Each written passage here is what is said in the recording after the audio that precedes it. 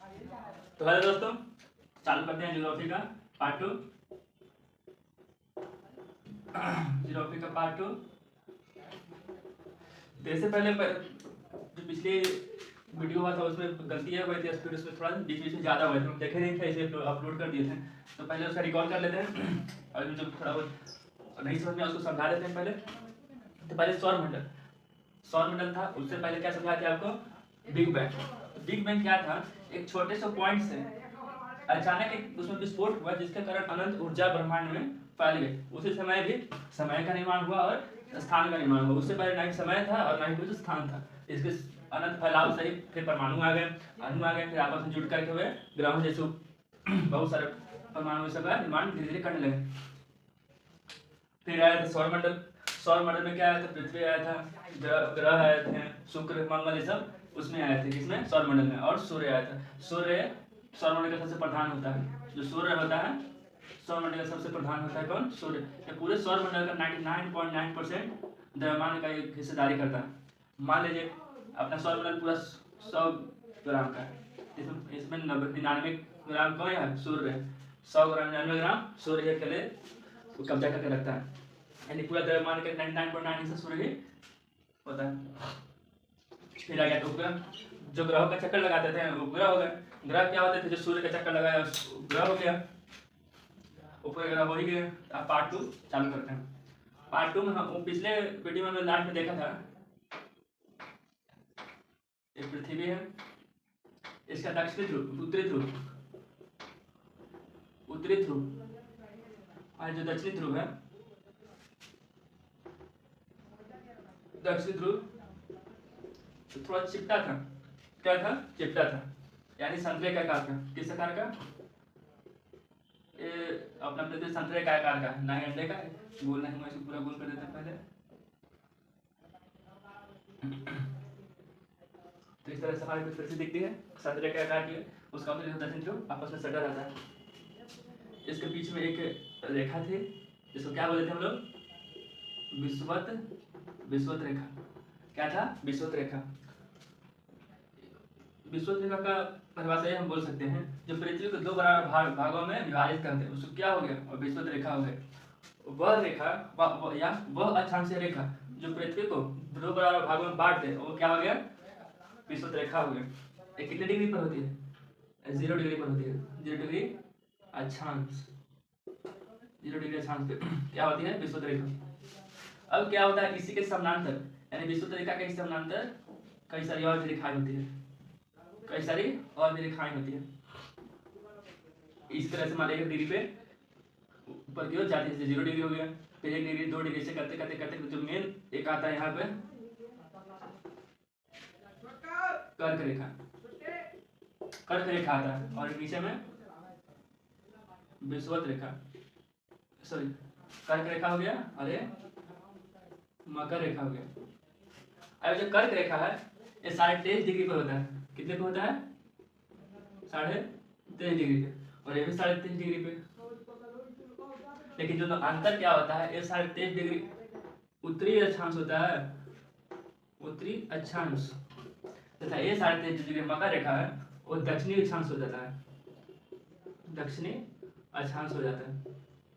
और भी रहते हैं ऊपर में आर्कटिक और नीचे अंटार्कटिक। ये आर्कटिक जो है यहाँ समान होते हैं, यहाँ इसको बड़ा कर देते हैं। ये क्या हो गया? आर्कटिक, आर्कटिक रेखा। और ये है अंटार्कटिक, अंटार्कटिक हो गया और ऊपर में आर्कटिक। ये जो आर्कटिक रेखा है 66.5 डिग्री पे झुकी हुई रहती है, 66 डिग्री पे रहती है। ये कितने पे? ये भी 66.5। लेकिन जो आर्कटिक रेखा 66.5 डिग्री उत्तरी अक्षांश होता है, ये भी उत्तरी अक्षांश। क्योंकि विषुवत रेखा है, इसको दो बराबर भागों में बांट दिया। ऊपरी वाला उत्तरी गोलार्ध, नीचे वाला हो गया यहाँ से, ये जो नीचे का यहाँ से हिस्सा है यहाँ से यहाँ तक, ये होगा क्या? दक्षिणी गोलार्ध, दक्षिणी गोलार्ध। ये कितने पर था? 66.5 डिग्री उत्तरी अक्षांश। और जो अंटार्कटिक है 66.5 डिग्री दक्षिणी अक्षांश, दक्षिणी अक्षांश 66.5 डिग्री दक्षिणी अक्षांश होता है। अपना जो भारत है विषुवत रेखा के ऊपर लगभग इसको भी 2 टुकड़े में काट देते हैं, यहाँ से यहाँ। ये हो गया उत्तर, ऊपर में नॉर्थ साउथ ईस्ट और वेस्ट। यहाँ से क्या हो गया, हमारे एक पॉइंट है इसके ईस्ट में, यानी यहाँ पे, इसके ऊपर ऐसा ऐसा हमारा पृथ्वी है, और यह है अपना हमारा भारत है। तो अपना जो भारत है विषुवत रेखा के ऊपर है, 0 डिग्री के ऊपर है, और जो मकर रेखा अपने भारत से गुजरती है, 1 डिग्री वाली जो रेखा है अपने भारत से गुजरती है। तो अपना देश का स्थिति क्या हो गया, उत्तरी गोलार्ध में कर्क रेखा पे।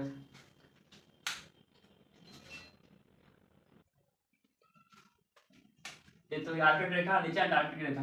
अब देखते हैं इसमें कौन कौन से क्षेत्र आते हैं।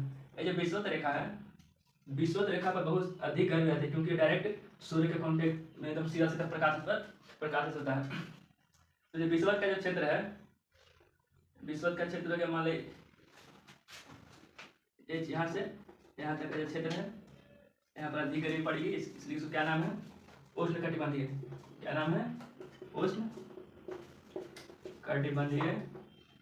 उष्णकटिबंधीय क्षेत्र। विषुवत रेखा के ऊपर नीचे का क्षेत्र को क्या बोले, उष्णकटिबंधीय क्षेत्र। और जो कर्क रेखा पर आता है, कर्क रेखा के आसपास का क्षेत्र है, यहाँ पे शीतोष्ण बोलेंगे, शीतोष्ण कटिबंधीय क्षेत्र। शीतोष्ण कटिबंधीय हो गया। और जो आर्कटिक आता है, इस पर सूर्य का प्रकाश एकदम तिरछे रूप में पड़ती है, यानी आप मान सकते हैं यहाँ पर प्रकाश पहुंचती नहीं, जिसके कारण यहाँ पर जितने भी इलाका है बहुत ठंडी रहती है, बहुत ज्यादा यहाँ पे ठंड रहता है, तथा जो पानी है वो भी जम करके बर्फ के रूप में ठोस हो जाता है। तो इसे तो क्या बोलेंगे, शीतोष्ण, सॉरी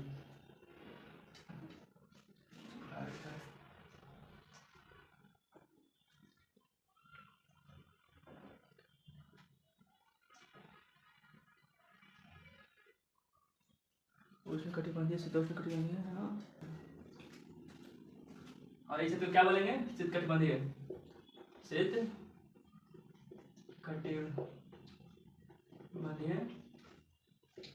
शीतकटिबंधीय क्षेत्र। यहाँ पर बर्फ रहेगी। सबसे ज्यादा गर्मी कहाँ पे पड़ती है, विषुवत रेखा पे। विषुवत रेखा का क्षेत्र है वहाँ पर सबसे ज्यादा गर्मी पड़ती है। तो हमारा जो भारत है उसका निचला छोर इससे थोड़ा ही दूर पर, ज्यादा दूर पर नहीं है, जिसके कारण तमिलनाडु और केरल का जो इलाका है वहाँ पर गर्मी अधिक पड़ती है, जिसके कारण वहाँ के लोगों को देखने तो अधिकतर लोग काले होते हैं। जैसे जैसे आप ऊपर की ओर यानी उत्तर की ओर जाएंगे वैसे वैसे ठंड बढ़ती जाएगी, जिसके कारण जम्मू कश्मीर में ठंड अधिक हो जाती है, तो वहाँ पर बर्फीला इलाका है।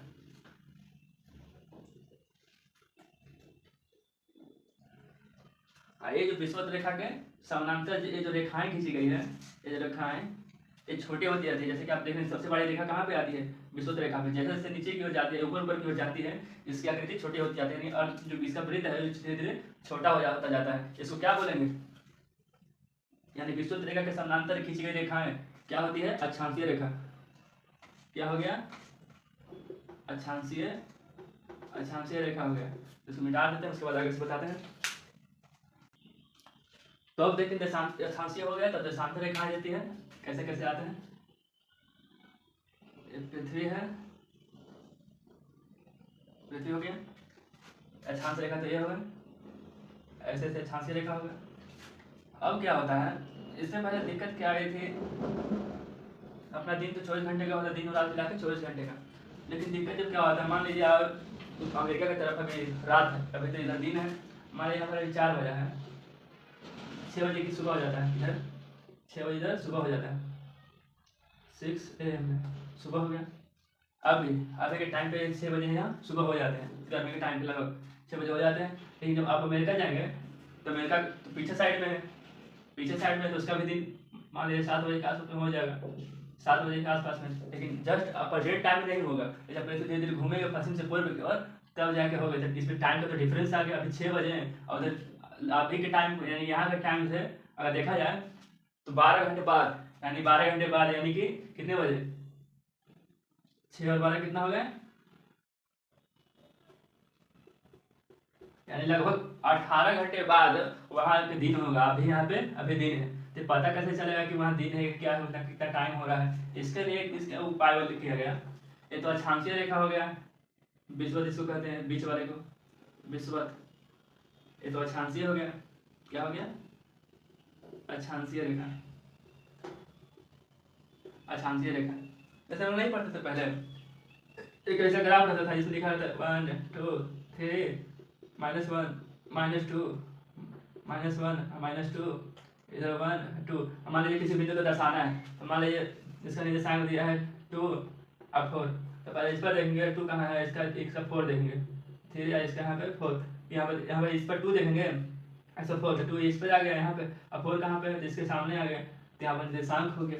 वही तो दिख दर्शाने के लिए कौन सा जगह पे कौन सा देश है, मतलब समय का निर्धारण करने के लिए ये रेखाएं हमारे बहुत मदद करती है। कौन रेखाएं? अक्षांशीय रेखाएं और देशांतरीय रेखाएं।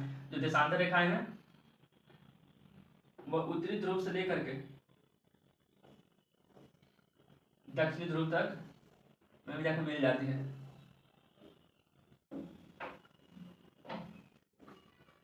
ऐसे करते करते करते करते अब देखते कहाँ कहाँ मिल रहे हैं, एक तो उत्तरी ध्रुव पर और कहाँ दक्षिणी ध्रुव पर आपस में जाके मिल जाती है। इसकी जो दूरी देख रहे हैं आप, जैसे ध्रुव की ओर जा रही है वैसे इसकी दूरी कम होती जा रही है, बीच की दूरी कमती जा रही है। तब देखते हैं क्या, जैसे ध्रुव की ओर जा रही है वैसे इसकी दूरी भी कमती जा रही है। जहाँ जैसे ही विषुवत रेखा की ओर आ रही है, देख रहे हैं आप, विषुवत रेखा सबसे ज़्यादा दूरी होती है एक दूसरे के, यानी कि जो देशांतरीय रेखा है वो विषुवत रेखा पर जब आती है तो वहाँ पर सबसे ज़्यादा दूरी होती है। तो इसकी दूरी कितनी होती है? 111 एवरेज, मान लीजिए एवरेज में 111 किलोमीटर होती है इसके बीच की दूरी। सबसे अधिक विषुवत रेखा पर होती है। कहाँ पर होती है? विषुवत रेखा पर देशांतरीय रेखा के बीच की दूरी सबसे अधिक होती है। कितनी? 111 किलोमीटर होती है।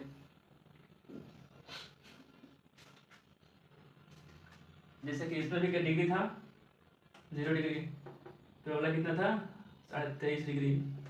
इधर का 66.5 डिग्री उत्तरी दक्षिणी दक्षिण। वैसे इसमें भी कई सारे होते हैं। इसमें 180 डिग्री का होता है, कितना? 180 डिग्री देशांतरीय रेखा की। अब इसमें दिक्कत यह हुआ, जब इन रेखाओं का निर्माण हो रहा था लोगों के द्वारा, तब उन्होंने सोचा कि ये तो गोल है, ये तो ऐसे जगह घूम कर वापस आता है, ऐसे कर करके पूरा, यानी कि राउंड, ऐसे मान लीजिए गोला है, इस पर आकृति गोल करनी थी तो पूरा बाउंड्री पर ऐसे से कवर करेगा तभी तो गोल होगा। ये यानी कि लाइन गया पीछे से होते होते फिर से आके यहाँ पे मिल गया पीछे से, इसलिए 180 है। ऐसे एक ब्रेक का कितने डिग्री होती है? 360 डिग्री। एक लाइन 180 का हो गया और यहाँ से घूमते घूमते घूमते फिर 180 आया, कितना होगा टोटल? 360। इसमें कितना हो गया? 180 डिग्री हो गया। इसमें दिक्कत ये हुआ कि पता नहीं चला था चालू करे तो करे कहाँ से। तो ग्रीनविच नाम का एक जगह था, ग्रीनविच, जहाँ से लोगों ने कहा कहीं से टाइम की शुरुआत करते हैं। तो मान लीजिए ग्रीनविच से होते हुए देशांतरीय रेखा आई, जहाँ से चालू हुआ 0 डिग्री ग्रीनविच से। और इसका जो पश्चिम का भाग था, यानी इधर का, इसको बोला गया क्या? पश्चिमी देशांतर। और इधर के भाग को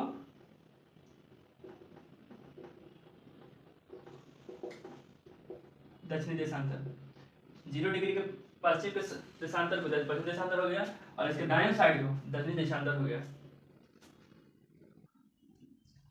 हाँ, यहीं पे एक तिथि रेखा की गई, 0 डिग्री है, यहीं से घूमते घूमते घूमते फिर वापस आके 180 डिग्री यहीं पे आ जाएगा। कितना आ जाएगा? 180 डिग्री। तो जो देशांतरीय रेखा था, कौन सा, जो ग्रीनविच होकर जा रही थी, उसको अंतरराष्ट्रीय तिथि रेखा बोला गया। 180 डिग्री को क्या बोला गया? अंतरराष्ट्रीय तिथि रेखा। एक ऐसी थी, ऐसी ऐसी ऐसी आई, फिर सीधा हुआ, फिर ऐसा क्या करके ऐसा हो गया, ऐसा। यानी कि इसके जो उत्तर का भाग था, यहाँ से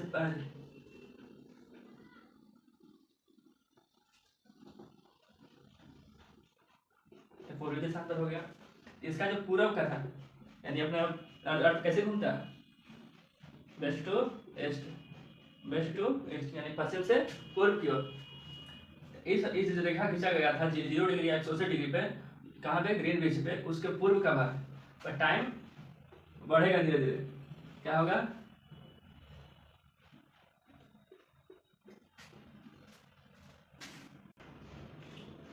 बढ़ेगा, यानी समय अभी यहाँ पे पीछे रहेगा। पीछे रहेगा। मान लीजिए यहाँ पे 1 बजा है, यहाँ पे जाएंगे 2 बजेगा, ऐसे घूमते घूमते घूमते घूमते वापस जब यहाँ पे आएंगे इस लाइन पे, तो यहाँ पे क्या हो जाएगा, पूरे 24 घंटे हो जाएंगे। यानी कि आप यहाँ पे जाएंगे ना, तो यहाँ पर अगर सोमवार है, सोमवार इस लाइन के उस साइड चले गए, तब क्या हो गया, आप मंगलवार पहुँच गए। मंगल क्या हो गया, पूरे देशांत 0 डिग्री से 180 डिग्री के बीच के समय कितना अंतराल हो गया, 24 आवर का अंतराल हो गया, 24 घंटे का अंतर हो गया दोनों में, 0 डिग्री से लेकर के 180 डिग्री के बीच में। तो जो प्रत्येक डिग्री होता है, 1 डिग्री वो 4 मिनट के बराबर होता है। क्या होता है, 1 डिग्री 4 मिनट के बराबर होता है। तो मान लीजिए अब यहाँ पे मान लीजिए 4 डिग्री है, 4 डिग्री में भी है, आपको जाना कितना पे, 18 पे जाना है। कितना पे जाना है, 18 डिग्री पे जाना है। कितना टाइम अंतर हो जाएगा, 4 डिग्री, यानी कि अभी कितना हो रहे हैं, 12 बज के, मान लेते हैं 4 डिग्री में कितना हो रहा है, 12 बज के 16 मिनट हो रहा है। यहाँ पे जाएंगे तो कितना बजेगा, 12 मान लेते हैं, कितना बज रहा है, यहाँ पे जो 4 डिग्री का एरिया है, यानी इधर का एरिया, यहाँ पे कितना हो रहा है, 12 बज रहे हैं। तो 18 डिग्री में जाएंगे तो 1 डिग्री में कितना हो गया, 1 डिग्री में हो गया 4 मिनट, अंतर कितना है, 18 - 4 करते हैं, यानी हो गया 4 1 14 हो गया। कितना डिग्री के अंदर हो गया, 14 डिग्री का। तो 12 में 14 से गुना करिए, यानी कितना, 14 मिनट हो गया। कितना हो गया, 14 मिनट। तो 12 बज के 14 मिनट यहाँ पे हो रहा है 18 डिग्री पे। 14 नहीं होगा यहाँ पे, ये कितना था, 18 था, 18 में 4 घटाएं, कितना हो गया, 14 हो गया। एक डिग्री में कितना मिनट होता है, 4 मिनट होता है। यहाँ पे अंतर कितना हो गया, 14, 4 से गुना करेंगे तो 16, तो 4 1 5 56 मिनट, यानी कि 12 बज के यहाँ पे 56 मिनट हो रहे हैं। कहाँ पे, जहाँ 18 डिग्री है। कितना का अंतर हो गया, 14 डिग्री में कितना अंतर हो गया, 56 मिनट का अंतर हो गया। तो सोचिए जब धीरे धीरे जब पृथ्वी की इधर से इधर की ओर जाएगी, इधर से इधर की घूमते घूमते वापस अब यहाँ पे आएंगे, पूरे 1 दिन यानी कि 24 घंटे का अंतर यहाँ पे हो जाता है। तो आगे देखते हैं इसका क्षांतरीय और दशांतरीय विस्तार कैसा कैसा है। ये हो गया पृथ्वी, क्या हो गया, अर्थ हो गया, सन मान लेते हैं, क्या है, सन।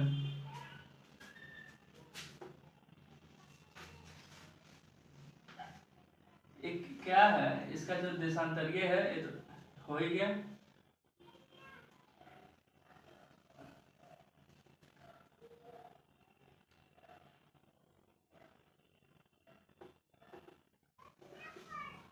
अक्ष,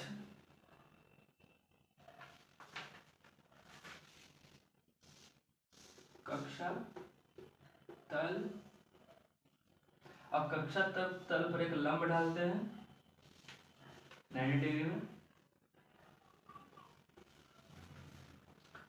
तो जब पृथ्वी है पूर्णतः खड़ी नहीं है, यानी कि 90 डिग्री में नहीं है, थोड़ी सी टिल्ट है, यानी कि थोड़ी सी झुकी हुई है। एक कक्षा तल पर डाला गया लंब से 23.5 डिग्री पर झुका है। कितना पे है, 23.5 डिग्री पे। किससे, कक्षा जो तल है उस पर डाला गया लंब से। कक्षा तल विषुवत रेखा नहीं है, ये है विषुवत रेखा। ये कितने डिग्री पर होती है विषुवत रेखा, 0 डिग्री पे। और ये मकर रेखा 23.5 डिग्री, कौन सी, दक्षिणी अक्षांश, दक्षिणी अक्षांश होता है। और ऊपर वाला मकर, किसके समानांतर, विषुवत रेखा के समानांतर, ना कि कक्षा तल के समानांतर। कितने डिग्री पे, 23.5 डिग्री दक्षिणी, सॉरी उत्तरी अक्षांश। ये कितना होगा, 23.5 डिग्री। और जो कक्षा तल होता है, कक्षा तल के साथ अच्छा कितना बनाता है, 66.5 डिग्री। कहाँ कहाँ से जाती है, यह ध्रुव और निचली ध्रुव पे। सबसे ज्यादा ठंड यहीं पे होती है, कहाँ पे, ध्रुव पे। यानी कि कौन सा रीजन आ गया यहाँ पे, अंटार्कटिक। अंटार्कटिक पे, और ऊपर वाले पे ये रीजन कौन सा है, आर्कटिक। यहाँ सबसे ज़्यादा ठंडी होती है, लगभग यहाँ -44 से लेके वो 110 पे आ जाता है। इधर भी वही हाल है, -44 से -110।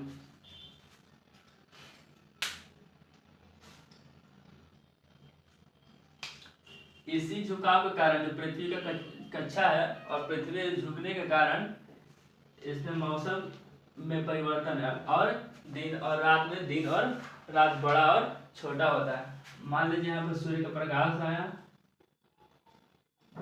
यहाँ पे इधर से आया नीचे से, तो डायरेक्ट कांटेक्ट में कौन आ रहा है, सीधे सीधे किरण किस कहाँ पर पड़ रही है, कक्षा तल में पड़ रही है, और कहाँ भी सेंटर में जा करके कहाँ पे विषुवत रेखा पे, किस पे, विषुवत रेखा पे, इसलिए यहाँ पर सबसे ज्यादा गर्मी होती है। कौन सा यहाँ पे रीजन आएगा, उष्णकटिबंधीय रीजन, ऊपर वाला आर्कटिक हो गया।